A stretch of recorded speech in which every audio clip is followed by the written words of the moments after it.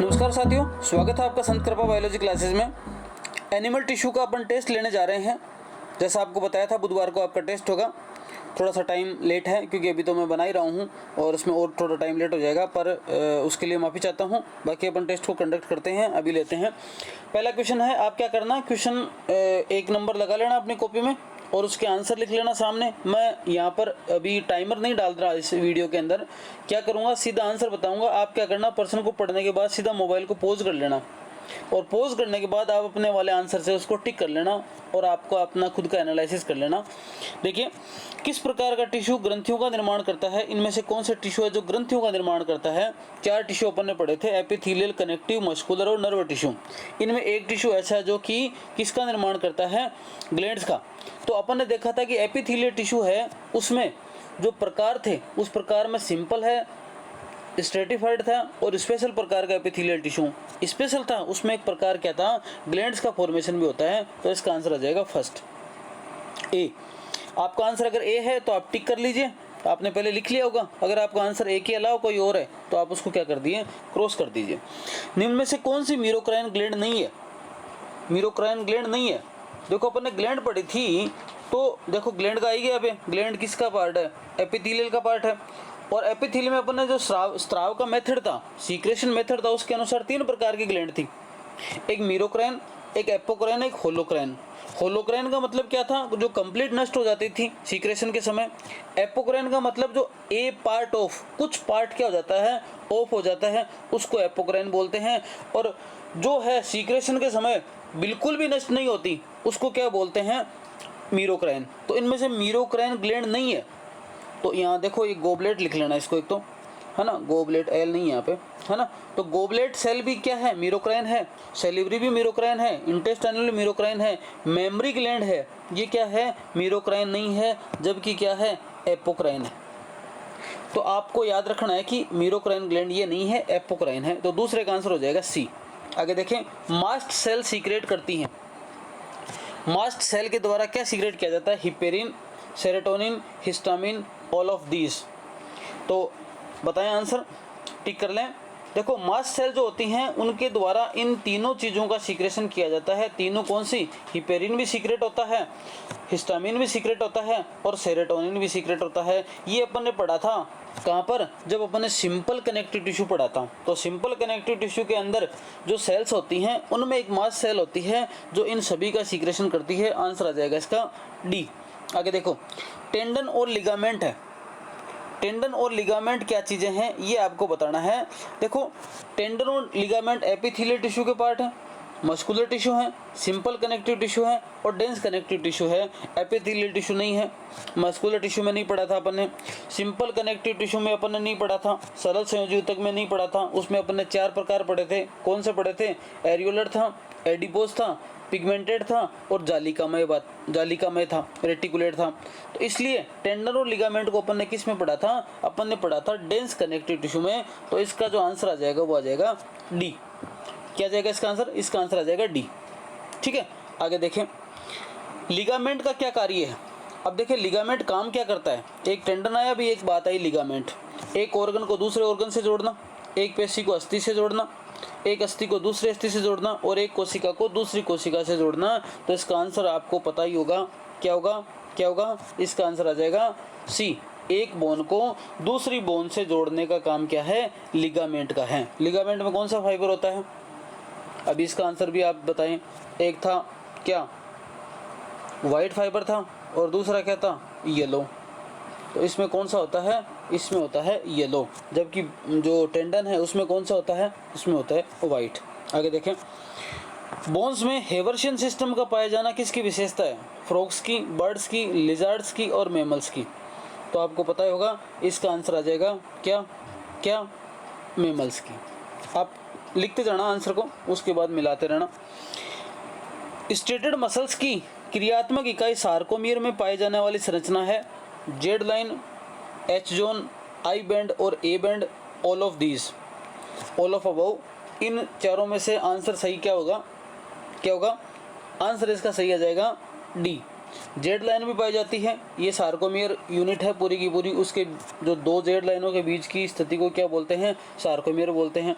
यहाँ पर जो लाइट बैंड और डार्क बैंड पाए जाते हैं, तो जो डार्क बैंड हैं उनको क्या बोलते हैं, ए बैंड, और जो लाइट बैंड है उनको क्या बोलते हैं, उनको बोलते हैं आई बैंड।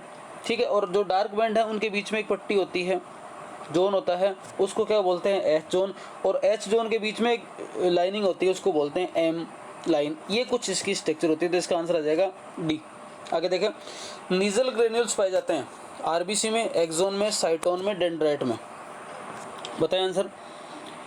आंसर इसका क्या हो जाएगा, आंसर हो जाएगा साइटोन। नीजल ग्रेन्यूल कहाँ पाए जाते हैं, साइटोन के अंदर जो न्यूक्लियस है उसके चारों तरफ ग्रेन्यूल नामक स्ट्रक्चर होती है, ग्रेन्यूल जैसी स्ट्रक्चर होती है, कणिका जैसी स्ट्रक्चर होती है, उनको बोलते हैं नीजल ग्रेन्यूल। और ये कहाँ पाए जाते हैं, साइटोन में, या सेल बॉडी बोल सकते हैं, न्यूरॉन का एक पार्ट है। आगे देखें, लीवर में मैक्रोफेजेस सेल के रूप में होती हैं, भक्षाणुक प्रवृत्ति की सेल के रूप में क्या होती हैं, एसिनर सेल्स, डाइटर सेल्स, कुफर सेल्स और बी सेल्स। आंसर बताएं। इसका आंसर हो जाएगा क्या, सी, कुफर सेल्स। देखिए इनके बारे में थोड़ा और बता दूं, एसिनर जो सेल हैं वो कहाँ पाई जाती हैं। देखो पैनक्रियाज एक ऐसा अपनी बॉडी का ऑर्गन है या ग्लैंड है जो कि एक्सोक्राइन और एंडोक्राइन दोनों नेचर रखती है। तो जो पैनक्रियाज का एक्सोक्राइन पार्ट है, एक्सोक्राइन सीक्रेशन है, उसमें कुछ सेल्स होते हैं जिनको बोलते हैं एसिनर सेल्स, और उन सेल्स के द्वारा क्या होता है, आपके जूस वगैरह सीक्रेट किया जाता है, डाइटरी सोर्स वगैरह, जूस वगैरह सीक्रेट किया जाता है।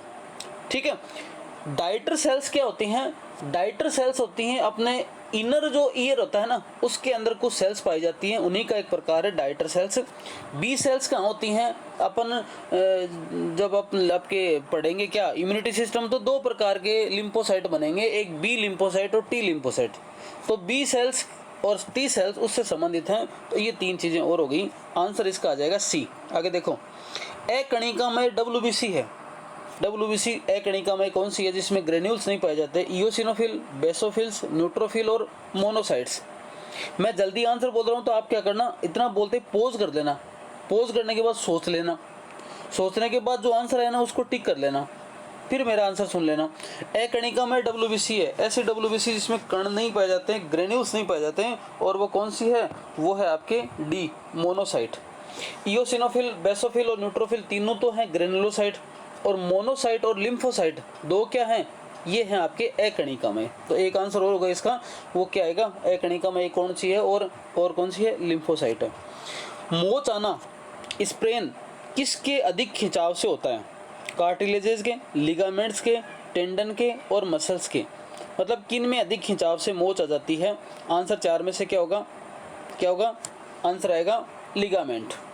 लिगामेंट मतलब बोन और बोन का जोड़, लिगामेंट कहलाता है। बोन और मसल्स का जोड़ क्या कहलाता है, टेंडन कहलाता है।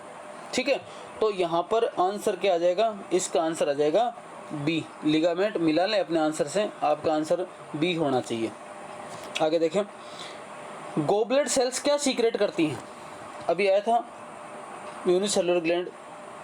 गोबलेट सेल जो होती हैं वो क्या सीक्रेट करती हैं, स्वीट, सीबम, सलाइवा और म्यूकस। इसका आंसर आ जाएगा म्यूकस। गोबलेट सेल हैं वो आपके कहाँ होती हैं, ये इंटेस्टाइनल पार्ट में होती हैं, ये म्यूकस का सीक्रेशन करती हैं, डी आंसर आ जाएगा। कौन सी एपिथीलियम को पेवमेंट एपिथीलियम कहा जाता है, simple squamous, stratified squamous, stratified columnar, simple क्यूबर्डल। अगर कोई हिंदी मीडियम का है तो उसको देखो, हिंदी मीडियम बोलता हूँ।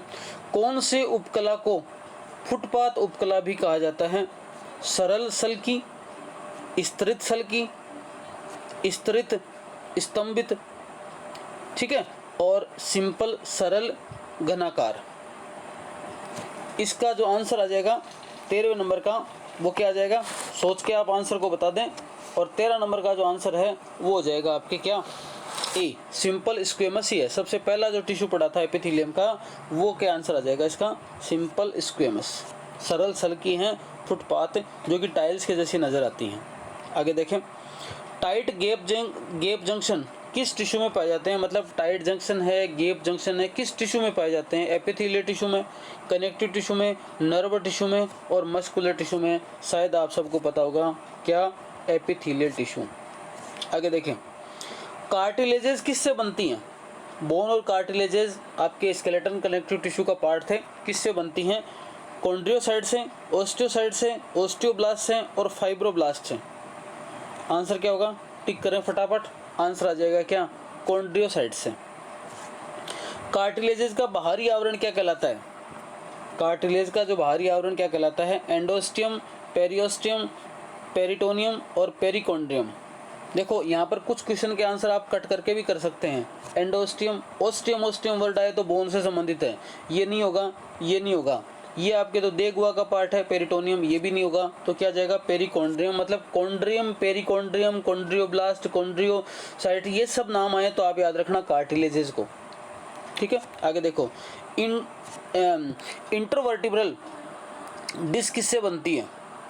इंटरवर्टिब्रल जो अपनी अंतर कशेरुक भाग है उसकी डिस्क किसकी बनती है? कैल्सिफाइड कार्टिलेज की, हाइलाइन कार्टिलेज की, फाइब्रस कार्टिलेज की और इलास्टिक कार्टिलेज की। तो इसका आंसर क्या आ जाएगा? इसका आंसर आ जाएगा सी, फाइब्रस कार्टिलेजेस की, है ना। इंटरवर्टिब्रल डिस्क और अपन ने पढ़ा था प्यूबिक सिम्फाइसिस, मतलब श्रोणी भेगला का भाग, और ये दोनों किससे बनती हैं? किस प्रकार के कार्टिलेजेस हैं? फाइब्रस कार्टिलेजेस से। मजबूत पार्ट यही होता है, फाइब्रस कार्टिलेजेस ही। ठीक है, आगे देखो, डेस्मोसोम किस में मिलता है?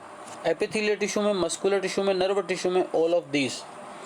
आंसर सीधा ही पढ़ा है, आपको पता ही होगा किसका भाग था। अपन ने जब एपिथेलियम टिश्यू पढ़ा था तो 4 टिश्यू में से एपिथेलियल टिश्यू में अपन ने कुछ जंक्शन पढ़े थे और उनमें ही था एक डेस्मोसोम, 2 सेल को आपस में जोड़ने वाला ये जंक्शन, जिसमें बटन के समान स्ट्रक्चर बनती है दोनों सेल के अंदर। आगे देखो, टिश्यू शब्द का सर्वप्रथम प्रयोग किसने किया था?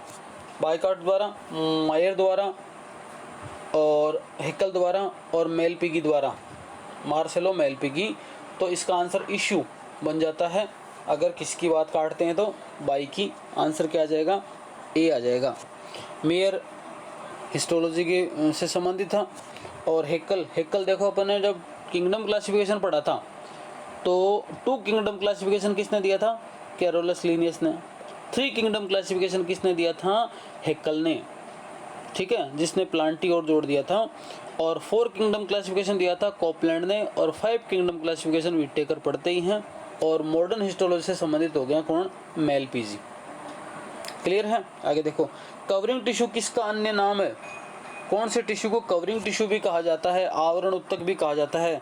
Connective tissue, epithelial tissue, muscular tissue, nerve tissue. शायद आंसर बता देंगे आप। आंसर आ जाएगा इसका क्या? इसका आंसर आ जाएगा बी, एपिथेलियल टिश्यू। ठीक है जी, आगे देखो, ट्रांजिशनल एपिथेलियल में कौन सा रूपांतरण पाया जाता है?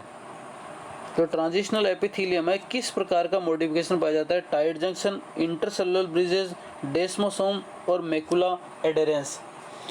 इनमें कौन सा पाया जाता है रूपांतरण ज़्यादातर?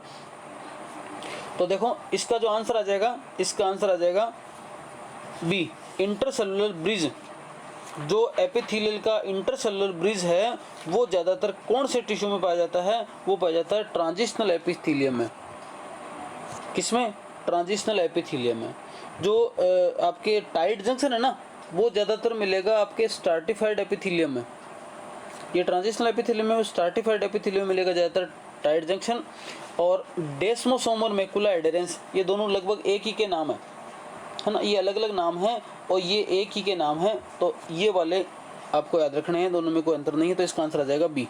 आगे देखो, पेरिटोनियम में किस प्रकार का टिश्यू पाया जाता है? सिलोम पेरिटोनियम, देगुआ का जो पेरिटोनियम भाग है उसमें किस प्रकार का टिश्यू पाया जाता है? नाम दे रखे हैं, सरल सल्की, सरल घनाकार, सरल स्तंभाकार, सरल विस्तृत घनाकार। तो पेरिटोनियम, सबसे पहले वाली ट्रिक देखो अपनी, ABHIPF, अभी प्रेरणा फ्रेंड, है ना। तो एल्वियोलाई है ना, बी का वोमन कैप्सूल है, एच का हेनले लूप है, आई का इंटरनल लेयर है और पी का क्या था? पेरिटोनियम, और एफ का फ्रॉग स्किन। तो यहाँ पर पहली वाली ट्रिक से अपना क्लियर हो रहा है मामला और आंसर आ जाएगा सिंपल स्क्वेमस। ठीक है जी, सुमेलित करना है इनको। देखिए, सरल सल्खी में कौन का उदाहरण है? सरल घनाकार का उदाहरण है, सरल स्तंभाकार का उदाहरण है और विस्तृत सल्की का उदाहरण है आप इसको देख लीजिए, समय ले लीजिए थोड़ा सा, और समय लेके इसका आंसर निकाल लीजिए, पॉज कर लीजिए। अब मिलाते हैं, देखो क्या हो सकता है इसमें।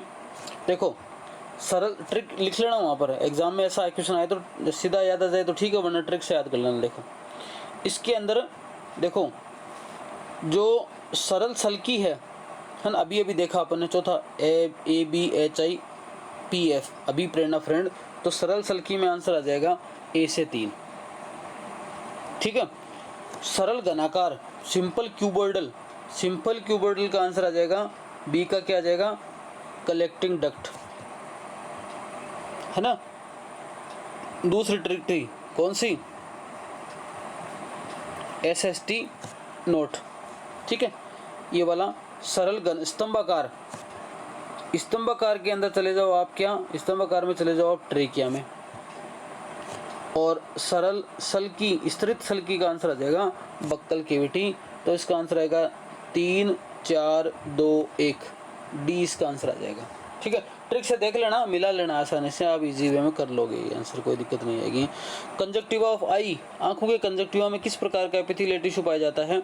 आंख का जो कंजक्टिवा है अपन ने पढ़ा था, मेरे साथ पान कौन खाए, simple squamous, stratified squamous, stratified columnar, stratified cuboidal. Answer क्या आ जाएगा, आंसर आ जाएगा स्ट्रेटिफाइड क्यूबॉइडल, ठीक है। ये वाला था कोलुमनर का, आपने लास्ट का कोई ट्रिक नहीं थी, तो 5 प्रकार का हो गया ये।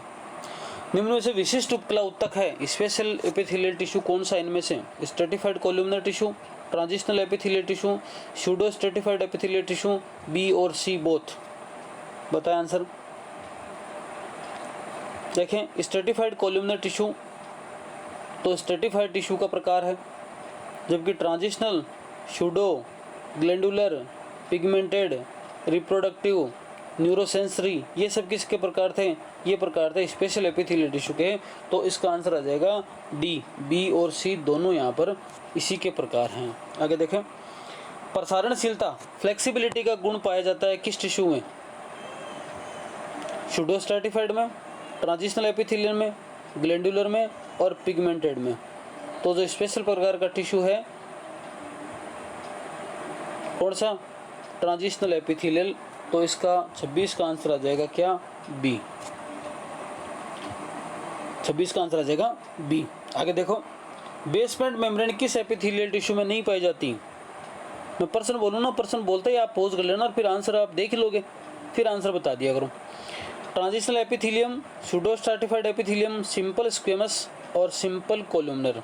तो बेसमेंट मेम्ब्रेन का नहीं पाया जाना एक ही टिश्यू का उदाहरण है यहाँ पर एपिथेलियम में, और वो कौन सा है, वो है आपके ट्रांजिशनल एपिथेलियम। तो ट्रांजिशनल एपिथेलियम की दो खास बात याद रखना, ट्रांजिशनल एपिथेलियम में प्रसारणशीलता गुण पाया जाता है, जहाँ पर प्रेशर लगता है उन ऑर्गन में ज़्यादा मिलेगा ये, और ट्रांजिशनल एपिथेलियम में बेसमेंट मेम्ब्रेन नहीं होती। दो बातें आपको यहाँ पर याद रखनी है।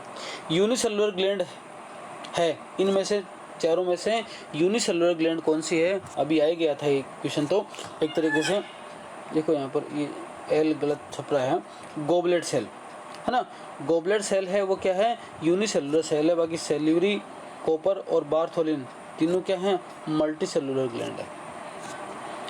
सेल्यूरी ग्लैंड मुख्यतः होती है, तो सेल्यूरी ग्लैंड मुख्यतः होती है simple alveolar, simple tubular, compound tubular और कंपाउंड एल्वियोलर, सरल कुपिकाकार, सरल नलिकाकार, संयुक्त नलिकाकार और संयुक्त कुपिकाकार। सोचें आप, मैं थोड़ा सा एक्सप्लेन कर दूं। अपन ने जब ग्लैंड पढ़ी थी तो उसके 5 प्रकार मुख्यतः थे, सरल नलिकाकार, संयुक्त नलिकाकार, सरल कुपिकाकार, संयुक्त कुपिकाकार और उसके बाद में नलिकाकार और कुपिकार का दोनों का संयुक्त रूप, ठीक है। तो यहाँ पर जो सेल्यूरी ग्लैंड है वो क्या है, वो है आपके कंपाउंड एल्वियोलर, कंपाउंड एल्वियोलर आ जाएगा इसका चौथा आंसर, डी आंसर। निम्न में से केवल एक्सोक्राइन ग्लैंड है, लीवर, सेल्यूरी ग्लैंड, पैनक्रियाज ए और बी दोनों। देखो लीवर क्या है, एक्सोक्राइन ग्लैंड है, सेल्यूरी ग्लैंड भी एक्सोक्राइन ग्लैंड है, पैनक्रियाज एक्सो और एंडो दोनों है, इसलिए इसका आंसर हो जाएगा क्या, इसका आंसर हो जाएगा डी, ए व बी दोनों। इनमें से सत्य कथन पहचानना है, ढंग से पढ़ो इसको। आरबीसी में एक केंद्रक पाया जाता है। आरबीसी का जीवन काल 120 दिन होता है। आरबीसी का विघटन स्प्लीन व लीवर में होता है और आरबीसी के आधात्री में एचबी प्रोटीन पाई जाती है। इनमें से सत्य कथन है, कौन सा सत्य है? एक तो देखो, अब गलत कौन सा आ जाएगा वो छांट लो पहले तो एक केंद्रक पाया जाता है, ये बात गलत है। आरबीसी में केंद्रक होता ही नहीं है, तो पहला कथन गलत हो गया। पहला कथन होता है ये गलत हो गया, ये गलत हो गया, और सभी सत्य तो है ही नहीं। इसका आंसर क्या जाएगा? 2, 3, 4। आगे देखो, सबसे बड़ी है ना, ये है, मैं थोड़ा करेक्शन करके डाल दूंगा, ये सबसे बड़ी मोनोसाइट डब्ल्यूबीसी क्या है? मोनोसाइट है। सबसे बड़ी डब्ल्यूबीसी कौन सी है? मोनोसाइट है। अब मोनोसाइट के बारे में क्या सत्य कथन है? ये ए ग्रेनुलोसाइट का टाइप है, ये ग्रेनुलोसाइट का टाइप है, ये टोटल डब्ल्यूबीसी का 5% है, और सभी असत्य हैं। बताएं आप, सोचें इसको थोड़ा सा। 1 2 3 3 4 और 1 और 4। देखो, ये ए ग्रेनुलोसाइट का टाइप है, ये तो बात पहले भी आ गया क्वेश्चन, तो ये बात तो सही है, ठीक है। ये ग्रेनुलोसाइट का टाइप है, ये बात गलत हो गई, तो एक तो असत्य कथन ये है 2 नंबर का, ठीक है। अब 2 नंबर किस किस में आ रहा है देखो, ये टोटल डब्ल्यूबीसी का 5% भाग है, ये बात भी सही है, और सभी असत्य हैं, ये बात भी गलत है, क्योंकि सभी असत्य नहीं है, 2 तो कम से कम सत्य हैं। इसका मतलब इसका जो आंसर आ जाएगा वो आ जाएगा सी, 2 और 4, ठीक है। आगे देखें 33 नंबर क्वेश्चन, टोटल 40 हैं, सब्र करें। लिम्फ है, लिम्फ क्या है? लिम्फ और ब्लड क्या है? सरल संयोजी ऊतक, तरल संयोजी ऊतक, सघन संयोजी ऊतक और विशिष्ट संयोजी ऊतक। आसानी से बता दो कि मेरे हिसाब से वो क्या है? एक तरल संयोजी ऊतक हैं। ईयर पिन्ना में किस प्रकार की उपास्थि पाई जाती है? किस प्रकार की कार्टिलेज पाई जाती है ईयर पिन्ना में? Hyaline cartilage, elastic cartilage, fibrous cartilage और कैल्सिफाइड कार्टिलेज। ईयर पिन्ना के अंदर, अपनी नाक की टिप के अंदर और एपिग्लोटिस में किस प्रकार की उपास्थि थी? याद करो कौन सी है? आंसर आ जाएगा इलास्टिक कार्टिलेजेस। आगे देखो, बोन से संबंधित प्रोटीन है कॉन्ड्रिन, ओसिन, मायोग्लोबिन और हीमोग्लोबिन। तो अस्थि से संबंधित प्रोटीन कौन सा है? ओसिन। कॉन्ड्रिन किससे संबंधित है? उपास्थि से। मायोग्लोबिन है किससे? मसल्स का प्रोटीन है ये। और हीमोग्लोबिन ब्लड आरबीसी का प्रोटीन है। तो इसका आंसर क्या आ जाएगा? बी आ जाएगा, बी। आगे देखो, बोन से संबंधित कौन सा कथन सत्य नहीं है? पढ़ना इसको। बोन्स में कैल्शियम तथा मैग्नीशियम साल्ट पाए जाते हैं। बोन्स के सिरों पर रेड बोन मेरो पाई जाती है। हेवर्शियन नलिका तथा गर्तिकाएं मिलकर हेवर्शियन सिस्टम बनाती हैं। केनालिकुली नामक संरचना केवल स्तनधारियों में होती है। इन चारों में से आपको क्या बताना, सोचना, इसको सोच के करो इसको। अस्थि से संबंधित कौन सा सत्य नहीं है? बोन्स में कैल्शियम मैग्नीशियम साल्ट पाए जाते हैं, सत्य लगता है क्या? साथ साथ में समझते जाओ, ये दोनों बात सही हैं, क्योंकि बोन्स में कैल्शियम और मैग्नीशियम साल्ट पाए जाते हैं, ये बात है सत्य है। एक मिनट, सत्य नहीं है छांटना है, सत्य नहीं है मतलब असत्य। ये ऐसे प्रश्नों पे आप क्या करना, वहाँ पर क्रॉस कर लेना। सत्य नहीं है क्या, उसका मतलब क्या है? असत्य है। तो असत्य छांटना है। बोन में कैल्शियम तथा मैग्नीशियम साल्ट पाए जाते हैं, ये बात तो सत्य है, ठीक है, ये बात तो सही हो गई। इसका मतलब इसमें तो कोई गलत बात है नहीं, ठीक है। आगे, बोन्स में सिरों पर रेड बोन मेरो पाई जाती है, ये बात भी सही होगी। इसका मतलब ये और ये तो सही है, ए और बी तो। सी पे चलते हैं। हेवर्शियन नलिका तथा गर्तिकाएं मिलकर हेवर्शियन सिस्टम बनाते हैं। इससे पहले लास्ट वाला देखो, केनालिकुली नामक संरचना स्तनधारियों पाई जाती है, ये बात भी सही है। इसका मतलब सी भी सही लग रहा है, लेकिन सी में क्या दिक्कत आ रही है? हेवर्शियन नलिका तथा पटलिकाएं जिनको लेमिली बोलते हैं, ये दोनों मिलकर क्या बनाती हैं, हेवर्शियन सिस्टम। जबकि यहाँ पर क्या दे दिया, थोड़ा सा मिस्टेक कर दी, गर्तिकाएं लिख दिया। गर्तिकाएं नहीं होगा, यहाँ पर क्या होगा, पटलिकाएं। पटलिकाएं को वो लेमिली बोलते हैं, जबकि ये लिख दिया क्या, लेकोनी, इसलिए इसका आंसर आ जाएगा सी।